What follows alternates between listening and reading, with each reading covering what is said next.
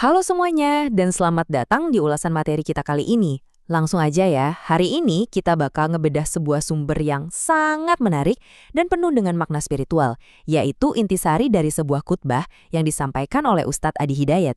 Fokus kita adalah bulan Islam yang sebentar lagi tiba, yakni bulan Zulhijjah. Dan secara spesifik, fenomena luar biasa di 10 hari pertamanya. Sumber yang kita kaji ini punya penjelasan teologis yang sangat rapi tentang kenapa periode waktu ini tuh dianggap sebagai puncak spiritualitas buat umat muslim yang bahkan melampaui keutamaan bulan-bulan lainnya. Yuk kita lihat gimana konsep ini dibangun. Oke, mari kita mulai selami hal ini. Jadi, fondasi dari semua yang bakal kita bahas hari ini itu berangkat dari sebuah hadis yang sangat berbobot dari riwayat Sahih Bukhari. Nabi Muhammad melalui sahabat Ibnu Abbas menyatakan dengan tegas kalau nggak ada hari-hari lain di mana amal soleh itu lebih dicintai oleh Tuhan dibandingkan 10 hari pertama Dzulhijjah ini. Premis utama dari semua ulasan kita diletakkan di sini. Intinya adalah, perbuatan baik sekecil apapun yang kita lakukan di rentang 10 hari ini punya nilai dan bobot yang benar-benar nggak tertandingi kalau dibandingin sama hari-hari biasa. Bagian pertama, keistimewaan 10 hari pertama. Di sini kita melihat fondasi puncak spiritualnya. Coba kita bayangin hitung-hitungannya. Biasanya kan kalau kita berbuat baik di hari biasa di luar Dzulhijjah, sebutlah baca Al-Quran gitu ya. Pahalanya tuh dikasih pengalis standar, yaitu 10 kebaikan atau hasanah. Nah, menurut teologi yang dibahas di khutbah ini, pas amalan yang persis sama itu kita lakuin di 10 hari pertama Dzulhijjah, statusnya tuh nggak cuma sekedar tentang hitung-hitungan angka 10 lagi. Amalan kita itu benar-benar diangkat secara keseluruhan ke level yang sama sekali beda. Masuk ke bagian kedua, diterima versus dicintai Allah. Ini nih yang jadi inti esensi dari amal soleh kita. Nah, yang bikin slide ini benar-benar menarik adalah perbandingannya. Di satu sisi, ada amal yang berstatus diterima. Oke, ini sah, dapat pahala standar, dan ngasih keberkahan di dunia yang bikin kepribadian kita jadi lebih baik. Tapi, coba bandingin sama amal yang statusnya dicintai. Kalau amalan kita udah naik level jadi dicintai selama 10 hari Zulhijjah ini, efek dominonya luar biasa. Amal itu bisa mempercepat terkabulnya doa-doa kita, dan di saat yang sama, langsung bertindak ngerontokin dosa-dosa masa lalu. Ibaratnya, ini tuh lonjakan besar dari sekedar berkah biasa. Dan ini tergambar dengan sangat cemerlang di cerita Nabi Zakaria. Bayangin, secara medis dan klinis istrinya tuh udah divonis nggak bisa punya keturunan. Secara logika mustahil banget kan buat mereka punya anak, tapi doanya dijawab seketika.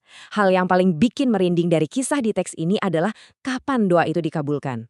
Malaikat datang bawa kabar gembira itu saat Nabi Zakaria masih berdiri ngerjain sholatnya loh. Belum sempat ganti posisi, doanya udah dijawab. Khutbah ini nekenin kalau kecepatan instan yang luar biasa ini murni terjadi karena pengabdian beliau udah masuk ke kategori amal yang dicintai tadi. Buat makin menguatkan betapa dahsyatnya amal yang dicintai ini, sumber kita ngerujuk ke sebuah hadis qudsi. Jadi, pas seseorang itu sholat bener-bener dari hati, terus sampai di ucapan ayat, Iyyaka na'budu wa iyyaka nasta'in, yang artinya komitmen penuh kalau kita cuma nyembah dan minta tolong sama Tuhan, Tuhan itu langsung ngikat sebuah janji.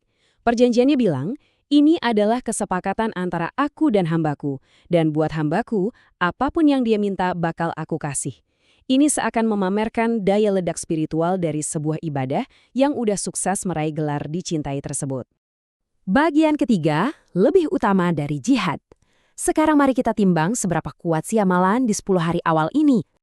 Jadi, poin krusialnya di sini adalah pemahaman jihad di teologi ini ternyata nggak kaku sama sekali. Konsep ini dimodernisasi ke kehidupan kita sehari-hari. Perjuangan domestik dan sosial itu diakui sebagai bentuk jihad tingkat tinggi loh. Seorang suami yang banting tulang nyari nafkah buat keluarga, menurut sumber kita, itu jihad. Seorang istri yang ngelewatin masa-masa berat pas hamil, melahirkan dan membesarkan anak-anaknya, itu juga jihad.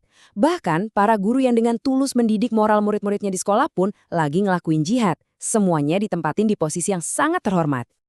Gak cuma itu, khutbah ini juga merujuk ke referensi spesifik dari Al-Quran Surat At-Taubah ayat 122.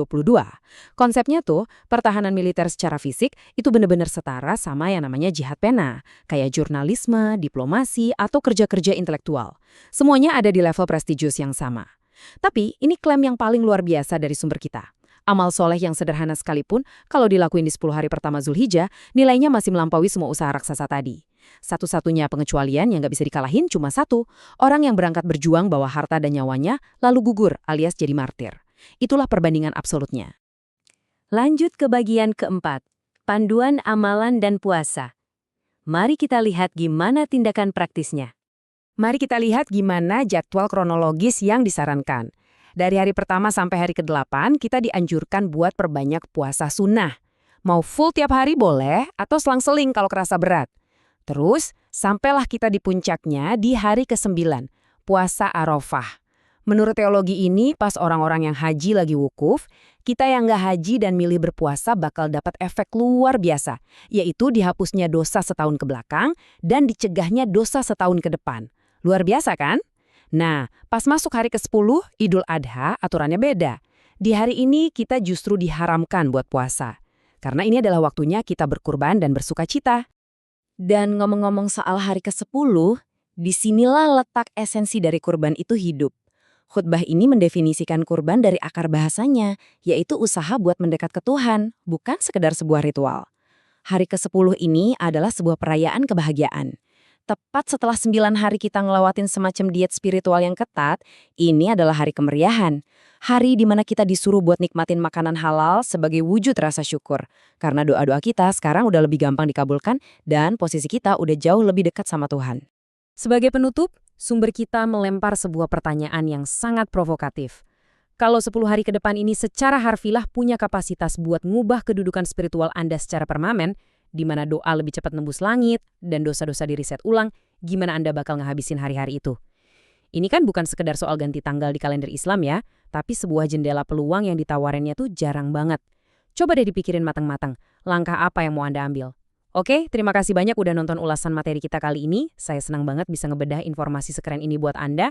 Dan pastinya, sampai jumpa di pembahasan menarik kita yang berikutnya.